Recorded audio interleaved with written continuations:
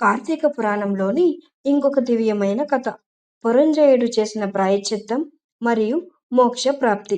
భక్తులారా, నిన్న మనం విన్నాం కదా, అహంకారంతో ఉన్న రాజు పురంజయుడు కార్తీక వ్రతం ద్వారా యుద్ధ విజయం పొందిన కథను. కానీ ఆ కథ అక్కడితో ఆగిపోలేదు.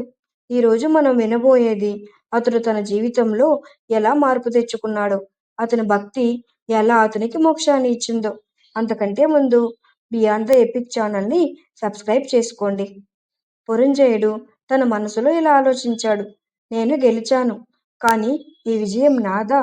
దేవతల సహాయం లేకుండా నేనేం చేయగలేవాడిని? నా గర్వం నన్ను ఎంత అందం చేసింది. అతని మనసు బాధతో నిండిపోయింది. అహంకారం ఎంత హానికరమో అతనికి అప్పుడే అర్థమైంది. పురంజయుడు వినయంగా మోకాళ్ళ మీద కూర్చొని వశిష్ఠ మహర్షిని అడిగారు. మహర్షి, నా అహంకారం వల్ల నేను ఎంత తప్పు చేశానో ఇప్పుడే తెలిసింది. ఈ విజయం నాది కాదు, భగవంతుని కృపే. దయచేసి నన్ను క్షమించండి.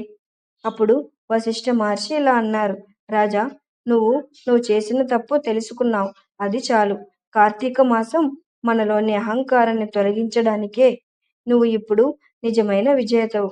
ఇక నీ జీవితం భక్తి మార్గంలో సాగనివ్వు. పురంజయుడు తన రాజ్యాన్ని సజ్జనుల చేతుల్లో ఉంచి హిమాలయాలకు వెళ్ళి శివ ధ్యానం ప్రారంభించాడు. ప్రతిరోజు దీపాలు వెలిగించేవాడు, భక్తులతో సత్సంగం చేసేవాడు. ఆయన ముఖంలో నిశ్చలమైన శాంతి కనిపించేది. కొన్ని సంవత్సరాల తరువాత అతను దేహాన్ని విడిచి శివలోకాన్ని చేరాడు. అతనికి ఆత్మ ప్రకాశమై భక్తి రూపమై మారింది.